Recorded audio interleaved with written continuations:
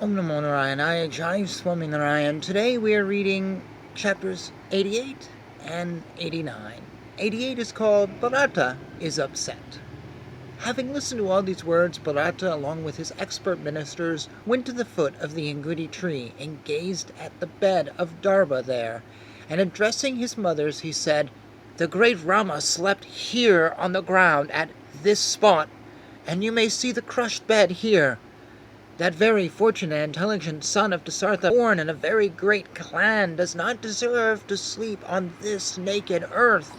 How could that tiger among men, who is used to sleeping on deerskin, spread over several excellent bedspreads, sleep on this naked ground?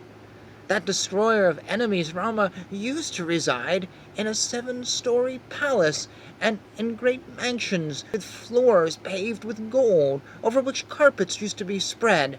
These rooms used to have bouquets of flowers of various colors, and the paste of the perfumed sandal and agaru used to be applied there. The roofs of these palaces looked like white clouds, and they echoed with the sweet sound of several parrots. These palaces used to be cool and were scented with many perfumes. They were all equal to Meru Mountain with their gold-plated walls. He used to be woken by the playing of musical instruments, the pounding of drums, and the tinkling sound of ornaments.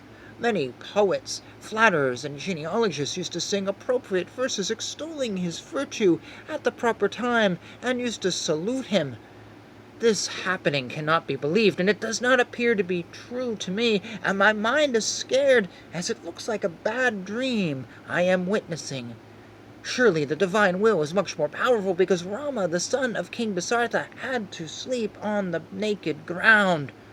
Sita, who is the daughter of King Videha, and who is the daughter-in-law of King Dasartha, also had to sleep on the naked ground. The bed of my brother has been tossed about, and this grass spread on the hard earth has been crushed by his limbs. Here and there I see some particles of gold that had been attached to him, and possibly Sita must have slept on this ground with her ornaments still on. It is evident that the upper garment of Sita has been stuck here, for here and there silk threads are shining on it. I think this bed of her husband must have been uncomfortable for her, who is a young lady, who is delicate, chaste, and observing penance, and she has never had any suffering. Alas, it is unfortunate that due to a cruel person like me, Rama with his wife was made like an orphan and had to sleep on such a bed. How can Rama, born in the family of emperors, revered by all the world, one who is daring of all the world, one who is the color of the blue lotus, one who has red eyes, one who has pleasant looks, one who enjoyed pleasures, and one who never merited sorrow, had to leave the matchless comforts of his kingdom and sleep on this hard ground? The great Lakshmana, who has auspicious virtues, who accompanied his brother at the time of adversity and followed him, is truly blessed. By accompanying her husband to the forest, Vaidehi has accomplished her objective, for without any doubt, being away from Rama, all of us are the debased ones. With King Dasartha having gone to heaven, and Rama having depended on the forest, to me this country appears to be without a helmsman. No one should desire to have this kingdom, because even though Rama is in the forest, the country is protected by his mighty arms. The capital city of Ayodhya, without guards to protect it from ramparts, with elephants and horses let loose, with city gates kept open and thus unobstructed, unprotected, and with a happy and demoralized army, would be even shunned by the enemies like food mixed with poison. From today I will always have matted hair and wear clothes made of bark, eat only fruits and roots, and sleep on the bare floor like my brother has. I would cheerfully live for the rest of the period in the forest, taking the vow of Rama on myself, so that the vow is not made untrue. When I live in the forest instead of my brother, Shatrugna would live with me, and the great Rama, along with Lakshmana, will protect the kingdom. The great Brahmins will hold the coronation of Rama in Ayodhya, and would the gods fulfill this wish of my mind, I would personally bow my head to him who would request for his grace and if it is not granted, I would live with him in the forest for a long time, so that he would not be able to ignore me. Thus ends chapter 88. Chapter 89 is called Bharatha Reaches Bharadwaja's Hermitage. Bharatha, after spending that night on the banks of the Ganga, got up at dawn and said to Shatrugna, "Shatrugna, are you asleep? Please go and bring Guha speedily. He will help us and the army to cross the river Ganga."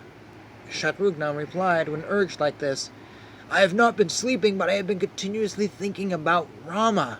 While the brothers were talking like this, Guha came and saluted them and said to Bharatha, "Did you spend the night comfortably on the banks of the river? I hope you and your army had no inconvenience." Hearing those caring words of Guha, Bharatha, who was partial to Rama, said, "O king, the night was comfortable. We have been honored by you. Please instruct your servants to ferry us across the Ganga in their innumerable boats."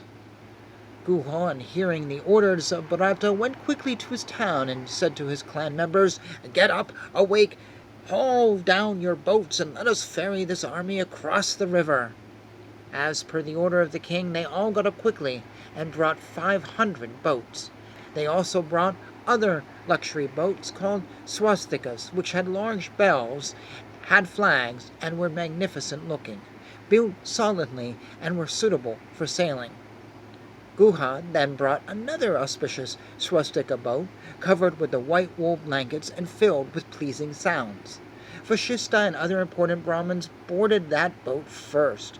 Later it was boarded by Bharatha, Shatrugna, Kausalya, Sumitra, and other women of the king's house, and wives of the king.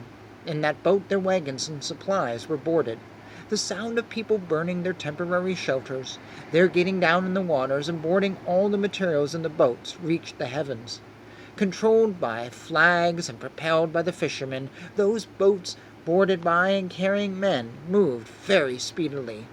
Some boards carried women, some were filled with horses, some others carried draught animals and carriages, and some had great treasures. When the boat reached the other shore, all the people disembarked, and those fishermen returned, making lovely formations in the river. The elephants, decorated by flags and goaded by mahouts, while they were crossing the river, shine like mountains. Apart from those who crossed by boats, others crossed either by raft and large pots, or swam, or crossed the river. The auspicious army which was ferried across the river by fishermen reached the holy forest of Prayaga in the Maitra holy period. After giving rest to the army, the great soul, Bharatha, allowing them to live as per their pleasure, set out with his priests to see the very great saint Bharadwaja. Having approached the hermitage of the great Brahmin, who was a great soul and priest of the Devas, he saw delightful huts and a multitude of trees, and the charming forest of the best of Brahmins. Thus ends chapter 89. So, 2 brief comments. Yes, I said exactly what you think I said. I said swastika. That's actually what it says here, Swasthika. Some of the spelling in this book is very strange. I'm not always too sure how it's supposed to be pronounced, but that's pretty close to swastika. Now, the other comment is something that Bharatha said in chapter 88. He asks over and over, how can his brother be sleeping on the naked ground? His brother, who's used to luxury, who's used to mansions and the most comfortable and the best of the best, is sleeping on somewhat the worst of the worst. How can he? His brother has forgotten something. Or maybe his brother just doesn't realize this. Maybe we as the reader know this and his brother doesn't. I know, it's one of those things. But he forgets. This is Rama. This is not an ordinary person. Rama is the soul of Dharma, is wisdom, is God, is not a mere mortal man of mortal things. He is above this. Thus, we assume he's not materialistic. Thus, yes, he sleeps on a beautiful blanket at night, but he's not attached to it. Yes, he may be used to comfort, but he knows it's just transient. He knows the world is beyond that. And he's doing his duty, and his duty says, don't use the blanket, or you don't even have a blanket. We never really heard Rama complain in earlier chapters because he's not attached to these things. So that is how he can sleep on the naked ground, because it's just another thing for him. He is above this stuff. If you take him out of the mansions, he's okay with that. A mortal man, on the other hand, might get a little finicky. If you asked President Joe Biden to sleep in a two-bit hotel, or Speaker of the House Nancy Pelosi, I'm willing to bet both of them would have a fit. They are mortal humans. It takes a very special person who can step out of their life and go into the opposite. Gandhi, Mahatma Gandhi, he did this. He stepped out of a comfortable life and gave it all up, even the clothes on his back, to live in a lack of comfort. And that is a unique man. And that is a unique person. And Rama is a unique person. But again, maybe, Bharatha has forgotten this or doesn't know. As for the rest of us, it's like 82 degrees today, and I'm sweating to death between the outside and the light, because I'm just a normal person, and I am sweating and tired. Anyways, it's a good place to end this video. Thank you for watching. Feel free to comment down below. As always, I will see you in the next chapter. Jai Shri Krishna.